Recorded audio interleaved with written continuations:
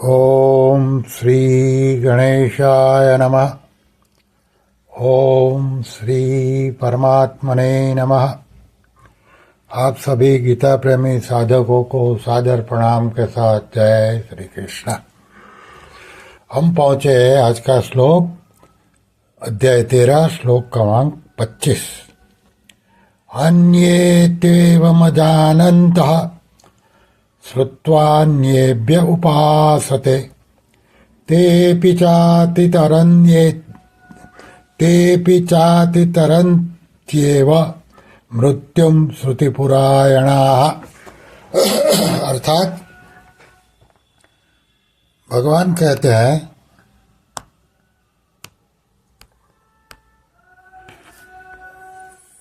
दूसरे मनुष्य इस प्रकार ध्यान योग, सांख्य योग, कर्मयोग आदि साधनों को नहीं जानते, पर दूसरों से जीवन मुक्त महापुरुषों से सुनकर ही उपासना करते हैं।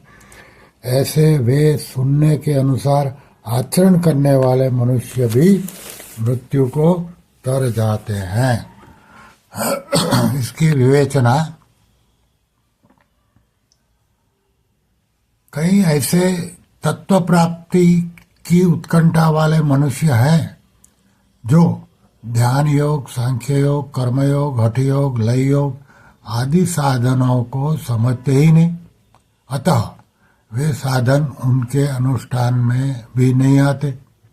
ऐसे मनुष्य केवल तत्वज्ञ जीवन मुक्त महापुरुषों की आज्ञा का पालन करके मृत्यु को तर जाते हैं,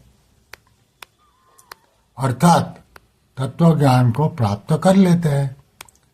ऐसे धनी आदमी की आज्ञा का पालन करने से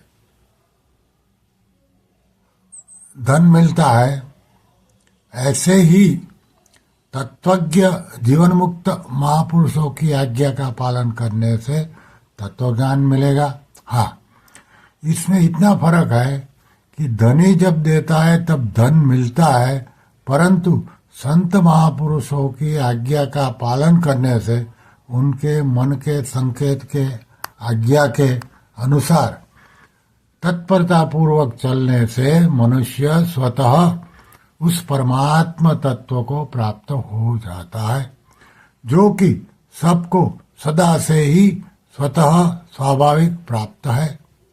कारण कि धन तो धनी के अधीन होता है, पर परमात्मा तत्व किसी के अधीन नहीं है। शरीर के साथ संबंध रखने से ही मृत्यु होती है। जो मनुष्य महापुरुषों की आज्ञा के परायण हो जाते हैं, उनका शरीर से माना हुआ संबंध छूट जाता है, अतः वे मृत्यु को तर जाते हैं। अर्थात वे पहले शरीर की मृत्यु से अपनी मृत्यु मानते थे, उस मान्यता से रहित हो जाते हैं। ऐसे श्रुतिपरायण साधकों की 3 श्रेणियां होती है। एक, यदि साधक में सांसारिक सुख भोग की इच्छा नहीं है, केवल तत्व ज्ञान की ही उत्कट अभिलाषा है, और वह जिनकी आज्ञा का पालन करता है वे अनुभवी महापुरुष हैं, तो साधक को शीघ्र ही परमात्मा की प्राप्ति हो जाती है। दूसरा, यदि साधक में सुख भोग की इच्छा शेष है, तो केवल महापुरुष की आज्ञा का पालन करने से ही उसकी उस इच्छा का नाश हो जाएगा और उसको परमात्मा की प्राप्ति हो जाएगी। तीसरा, साधक जिनकी आज्ञा का पालन करता है वे अनुभवी महापुरुष नहीं है, पर साधक में किंचित मात्र भी सांसारिक इच्छा नहीं है और उसका उद्देश्य केवल परमात्मा की प्राप्ति करना है, तो उसको भगवत कृपा से परमात्मा प्राप्ति हो जाएगी, क्योंकि भगवान तो उसको जानते ही है।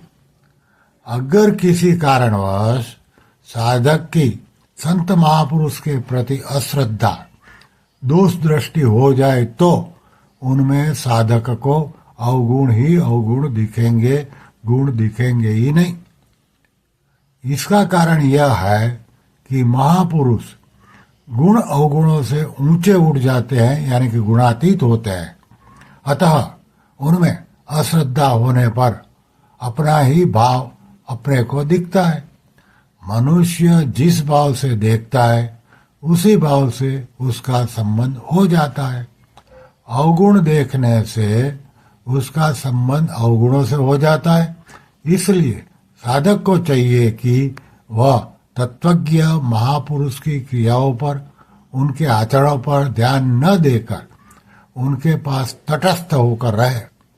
संत महापुरुष से ज्यादा लाभ वही ले सकता है जो उनसे किसी प्रकार के सांसारिक व्यवहार का संबंध न रखकर केवल पारमार्थिक यानी कि साधन का संबंध रखता है। दूसरी बात, साधक इस बात की सावधानी रखे कि उसके द्वारा उन महापुरुष की कहीं भी निंदा न हो।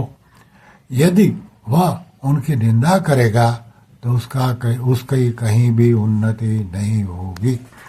श्री कृष्ण शरणम मम, श्री कृष्ण शरणम मम, श्री कृष्ण शरणम मम। ओम श्री कृष्णार्पणमस्तु।